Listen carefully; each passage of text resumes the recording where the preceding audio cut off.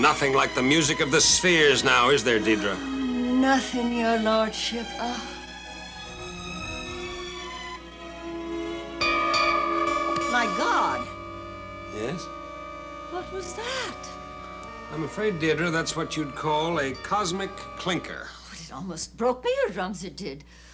Oh, such a spargification of sour notes I haven't heard since you threw out that band of upstarts that wanted to take over the establishment. The same sour sound of rejection.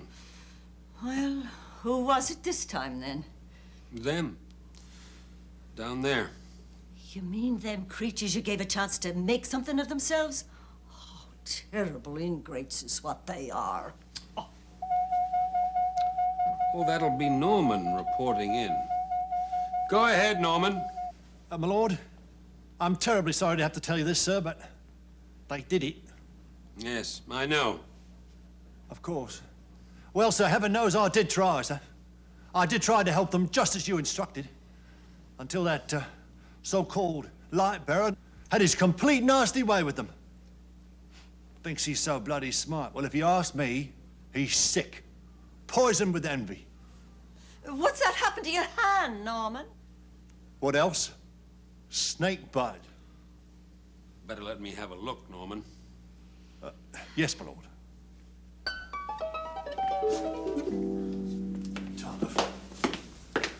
I'm terribly sorry to have let you down like this, my lord. Don't blame yourself, Norman. After all, it was their choice. And remember, you are the first ever in this line of work. And the last, I presume. After this... Well, how do you like them apples? Disgusting.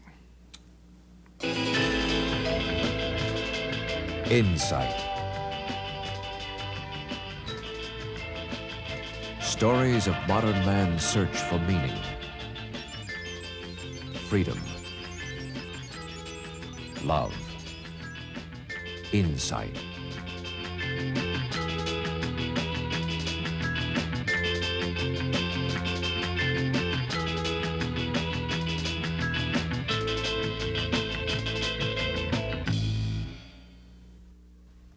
The Christians of the world, Protestant, Catholic, and Orthodox, believe that at a particular time and place in human history, in a particular human being, Jesus of Nazareth, God became totally present. They also believe that God is present through Jesus in any and everything human, in the people around us and in the depths of ourselves. But why? Why should God want to become human? Here we are, Norman. Good as new. Thank you, sir. And this? Oh, the apple is of no importance, Norman. It's just a symbol. Yes, but if I may say so, sir, a symbol of something extremely significant. As clear and unclean a rejection as there could possibly be. Remember, your lordship, I told you not to throw your pearls before swine. Oh, they're not swine, Deirdre. They're human beings. Whatever you call them creatures, you've got to face up to what they've done. They've said no to you. They did exactly what you told them not to do. I'm afraid Deirdre's right, sir. They couldn't have cared less. No, I suppose not. I wonder why. Well, sir, they find it very difficult to let go. To open up, to reach out, they find that very hard to do. They? Yes, sir, well, we all find it difficult to do, except Master Chris and Miss Grace, of course. Ah, yes. They're very special. Yes, that's for sure. You light up like a blinding torch every time you set eyes on them. They're a great comfort, especially at a time like this. Oh, no, you shouldn't feel too bad, your lordship. Them upstarts don't know you the way we do. If they did, 'tis for sure they'd never have been able to turn away from you for the likes of that big bundle of pride and prevarication. But, Deirdre, that's the whole idea. A toss of the dice, a little risk, with a chance to throw more light everywhere. So what are we needing more light for? After all them stars dazzling all the space of the universe. Stars are nice enough to look at, Deirdre, but they cannot love. But, my lord, you have your own family for loving. And us. Aren't we enough? With an infinity of love and the joy of it. Can there ever be enough? No, no. Grace and Chris agree. We wanted to share it with others, with them. A noble idea, my lord. A noble experiment, you might say. Certainly not your fault if it failed, sir. After all, you did give them all the advantages. Everything they could possibly wish for. A beautiful garden, overflowing with gourmet food and drink. Not a care in the world. And a free will. The opportunity to use it to share our life. They didn't use it, sir. They abused it. They freely chose to turn their backs on you. Frankly, sir, it's a considerable relief to be back home with you again. I can certainly use some rest and rehabilitation after that distasteful debacle down there. I'm afraid, Norman, you're going to have to go back. Oh, dear. Well, I'll have a nice cup of tea waiting for you when you return, Norman. And, your lordship, I have a bit of suggestion as how to fix them creatures once and for all. Oh? Lightning bolts. Lightning bolts, Deirdre? Aye, aim straight for the cerebellum. Puff! One piercing, penetrating burst of excruciating pain, and they'll be gone forever. A tiny pile of ashes to be blown away by the winds of time and the tides of temptation. You certainly have a way with words, Deirdre. Well, it'd be a fitting punishment for what they've done. I don't want to punish them, Deirdre. There's nothing we could do that would equal what they've just done to themselves. Of course, they'll have to leave the garden. So they're going to need every bit of help we can give them. Perhaps I haven't made myself totally clear, sir. They don't want your help, sir. They won't accept it. They've chosen to go it alone, sir. Alone, without you. But they can't make it alone. You know that. Oh, yes, my lord, I know that. And of course you know that, but they don't know that. Maybe they could learn it. They don't want to learn it, sir. They think they're like you. Well, they are. Like me. They're just not me. Do you think they could ever learn that, Norman? Highly unlikely, sir. But possible. Just possible. Well, we've got to try and find a way. And until we do, you'll have to go back down there and help them as much as you can. Have you any idea how long that might take, sir?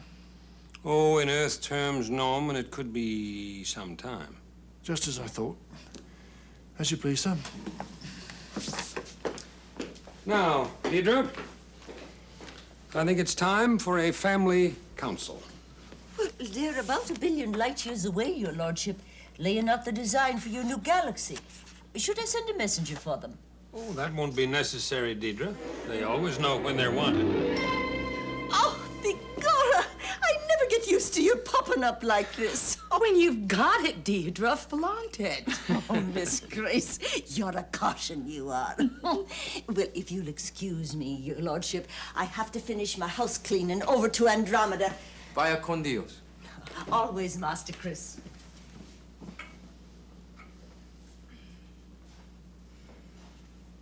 So, Adam and Eve blew it. With the considerable help of our old friend and archenemy, Beelzebub. Yes, Norman. My lord, Cain just slew Abel. Slew? Exhibit A, the murder weapon. Oh, my lord, they're hopeless. Can't I come back now? No, not yet, Norman. But my lord, things are getting out of hand down here. Just do the best you can, Norman. We'll be in touch. Yes, my lord. There's no doubt about it. They need our help. The question is how we can help them without violating their own freedom. Well, I think we're all agreed that we can't just desert them down there. First of all, there's justice. Adam and Eve and their children have forfeited their special privileges. But then there's our mercy, too.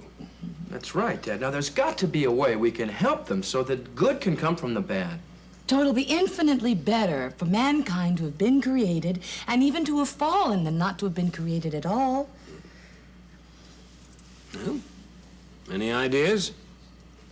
Dad, why don't you just go down there and show them who you are, what you are? Yeah. Reveal yourself to them with all your power and glory and show them how much you love them. They can't refuse a gift like that. No, I cannot do it that way. Why not? Well, for one thing, they're too delicate, too fragile. They break so easily. They'd be scared stiff, bowled over, feeling compelled to accept our love. That would never do. But they're never gonna get to see you face to face at the rate they're going. Well, that's up to them now, isn't it? I mean, it's their choice. In the end, it will be either their victory or their defeat. Dad, maybe you should have just left Adam's rib where it was. And what exactly is that supposed to mean? Well, Eve is the one who started messing things up, isn't she? A typical male remark. It takes two to tango, you know. And Satan makes three, but that does not get us any closer to our solution. Maybe you gave him too much freedom, Dad. I created them in my image, Grace, so that they would be both immortal and free. Now, love must be freely accepted and freely returned. That's the very nature of love. Yes, but love requires the intelligent use of freedom. And what they're doing down there is just plain stupid. They're so intent on perfecting themselves, they're closing everything else off. If they could just relax and open up, we could do it all for them. Well, as it is, they're all going to hell in a handbasket. Are you sure it's all worth it, Dad? Why don't you just wipe them out and forget the whole thing? Maybe start on another planet with a whole new species. Believe me, I am tempted. There is something about them that just... Oh. But there is one man down there, Noah. He's a good, God-loving being. I'll spare him and his children and the lesser creatures. Are his descendants going to be any different? I wonder. It seems to be the nature of the beast. So we've got a problem. And what are we going to do about it? Do you have any ideas, Dad? Well, as a matter of fact, I do have one. Well, what's your plan, Dad? To send one of you down there. Yes, go ahead, Norman. May I be permitted a suggestion, sir? I'm always willing to listen, Norman. Well, sir, in my opinion, you should give them all the deep six. Why? Well, sir, frankly, this Noah person is not worth saving. What makes you say that, Norman? Well, sir, he drinks. He's got a deluge on his hands, Norman. Oh, yes, sir, but he drinks to excess. Now, that's one of the capital vices, isn't it? 1 out of 7 isn't too bad. As a matter of fact, 857's a very good batting average, Norman. It's a regrettable but human failing, Norman. In all other respects, he walks with God. When he can't walk. I never said it would be easy, Norman. Just do the best you can. Yeah, listen. Bless you. Gesundheit. Daddy, getting back to what you were saying before about sending one of us down to Earth. Oh, yes, I think that is the answer. Which one of us did you have in mind, Dad? You. Why does he always get to do everything first? Please, Grace, let's not have any sibling rivalry. This is much too important. It's not a question of first. It's a question of order, how we can best achieve our common objective. But, Oh, Father... believe me, my dear. I promise you, you will have a time and a place in this as vital as Chris's. But, Dad, I thought you said it wouldn't work if they saw us fully, face to face. That's right. So I'm planning to send you down there in a disguise, so to speak, as one of them. One of them? Yes. Yes, you can issue them an invitation. An invitation to love, given not as their awesome God, but as the loving Word made flesh. The same flesh as their flesh. I don't know, Dad. Well, of course, your divine nature will remain intact, but incarnate. Does that mean that Chris will be subject to all the temptations of the flesh? Oh, we could hardly hedge on that, could we? Great. Of course, as my son, you will have to go first class. I'll make you a great king down there. Big deal. Oh, look at it this way, son. It'll be the greatest adventure in the history of the universe, past, present, or future. Well, sounds like an adventure, all right, but I'm just wondering, is this trip really necessary? Well, we haven't come up with any other solutions, Chris. You do care about their happiness, don't you? Of course I care, just as much as you and Dad, but I'm... Now, Chris, as my only begotten son, you know my innermost heart. You can reveal it to them. Give them the opportunity to believe, the opportunity to trust, to free their higher faculties, to follow their natural attraction to truth and goodness. Oh, yes. Dad's right, Chris. You'll be their way to personal fulfillment, to eternal life. What do you say, son? My mission is to do your will. What else can I say except yes? Good boy. I love to see the two of you like this. Without you, Grace, we wouldn't be like this. Your lordships, I thought you might be liking a nice cup of tea about now. Thank you, Deidre. These are good. Try one, Dad. All right. They're delicious. It should be your lordship. You made them yourself. I did? Yeah, when you pulled that planet Venus out of the steaming bowels of Jupiter. Oh, that's right. Manna. Hydrogen, carbon, and oxygen. I thought it might come in handy during a food shortage down there. Oh, what in the world is that now? The world, the flesh, and the devil.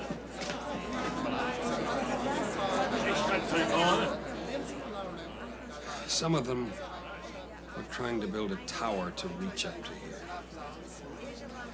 I had to confound their tongues and scatter them to the four corners of the earth. The arrogance of them heathens. What they need is the fear of God put in them. No, Deirdre. What they need is the love of God. Well, if you ask me, what they're needing is a massive dose of obliteration. I'm afraid charity is not one of Deirdre's strong points. Yeah, well, getting back to the business at hand, Dad, I suppose the reason you want me to go down there first is because it's man's work. Chauvinist. Chris, when your work is finished down there, Grace's, a woman's work, will never be done. Not as long as the earth exists. And tell me, Dad, what do you have in mind for me? Well, when Chris is finished down there, we're going to turn the whole thing over to you.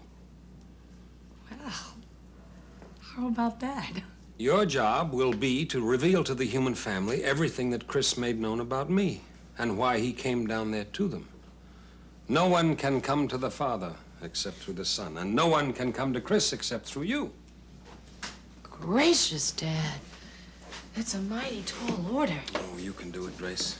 You're the best and freest vehicle to communicate with mankind, to bind them together with your love, just as you bind us together. Thank you.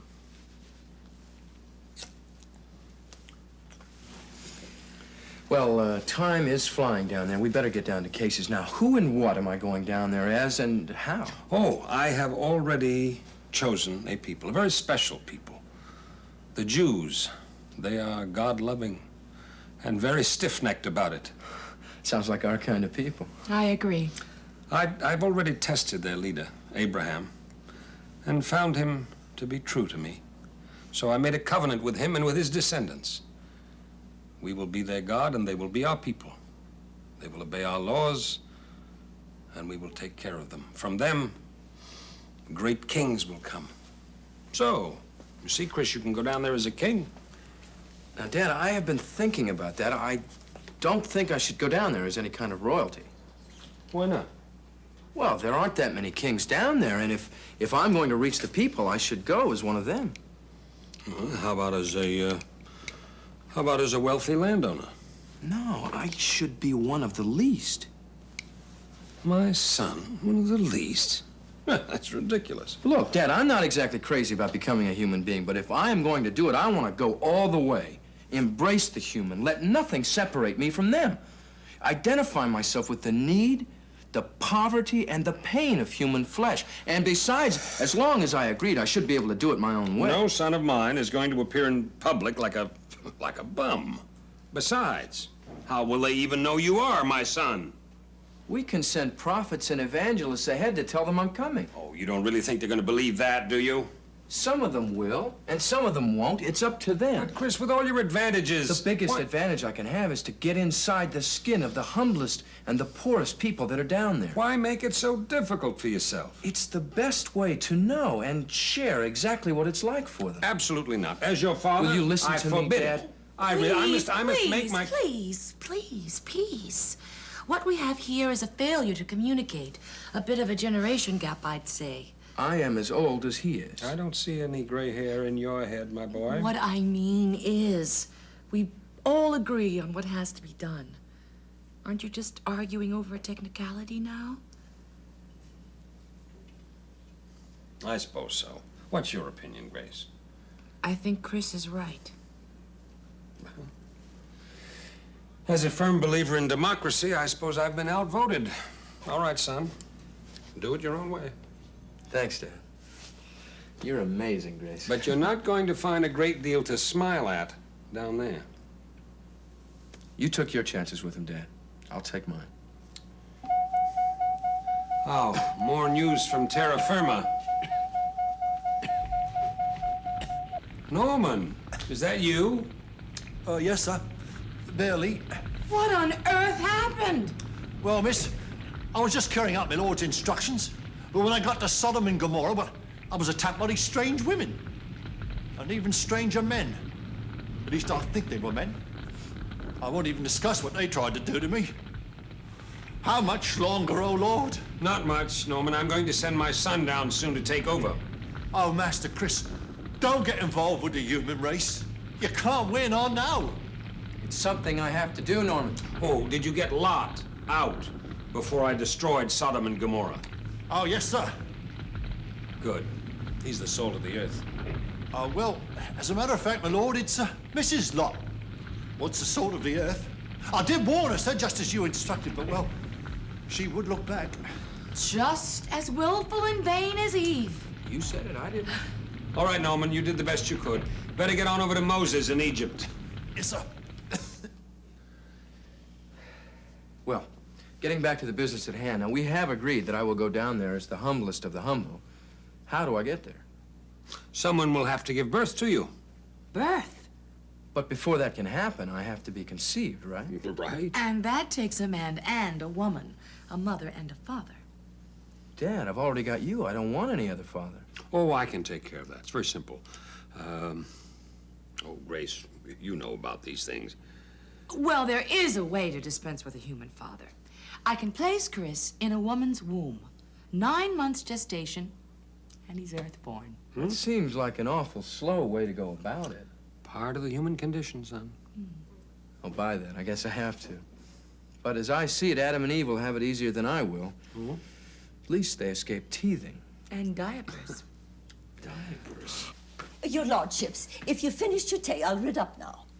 Go right ahead, Deirdre. A mother. Who'll be Chris's mother? Oh, I think we should let him decide that for himself. Chris, got any ideas?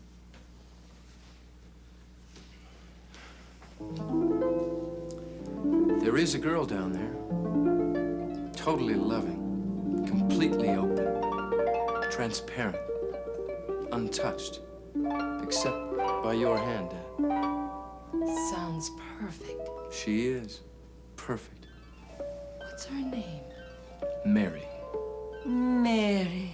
Sure, it's a grand old name.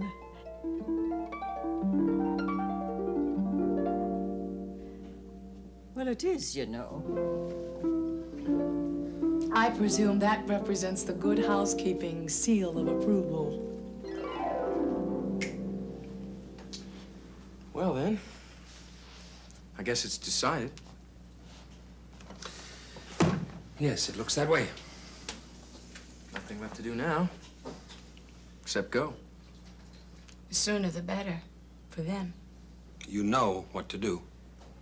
Up here, yes, but down there as a man, I'm not sure. I'll have to work it out as I go along. There will be those who believe in you. Those who will accept our love. And their faith will be the instrument of their freedom.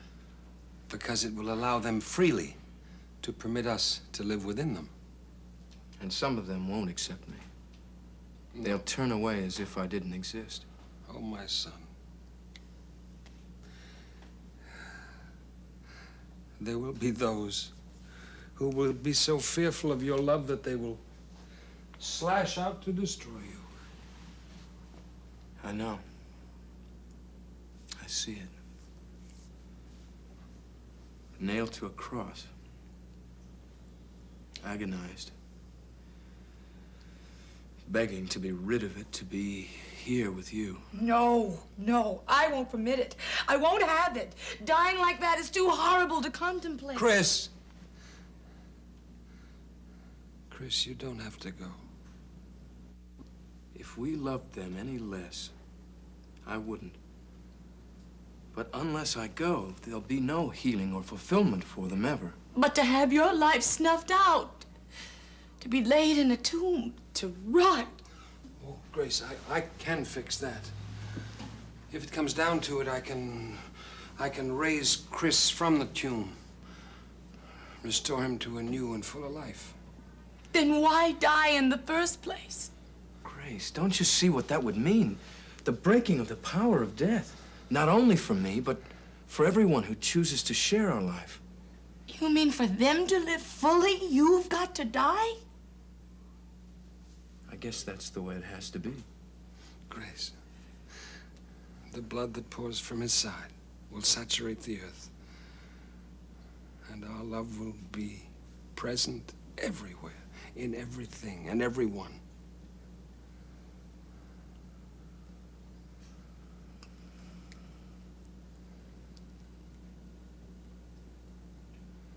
Don't forget.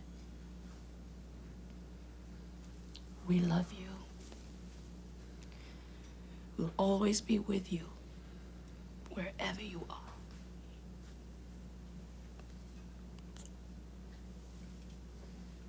I better go now. They'll be waiting for me. And we'll be waiting for you.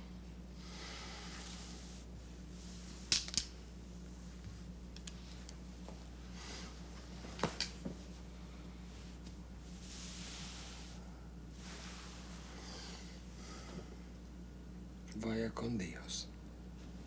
Always.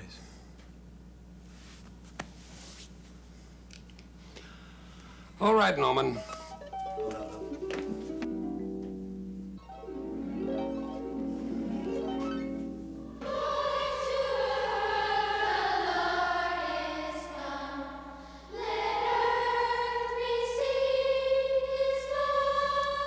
Jesus Christ, superstar.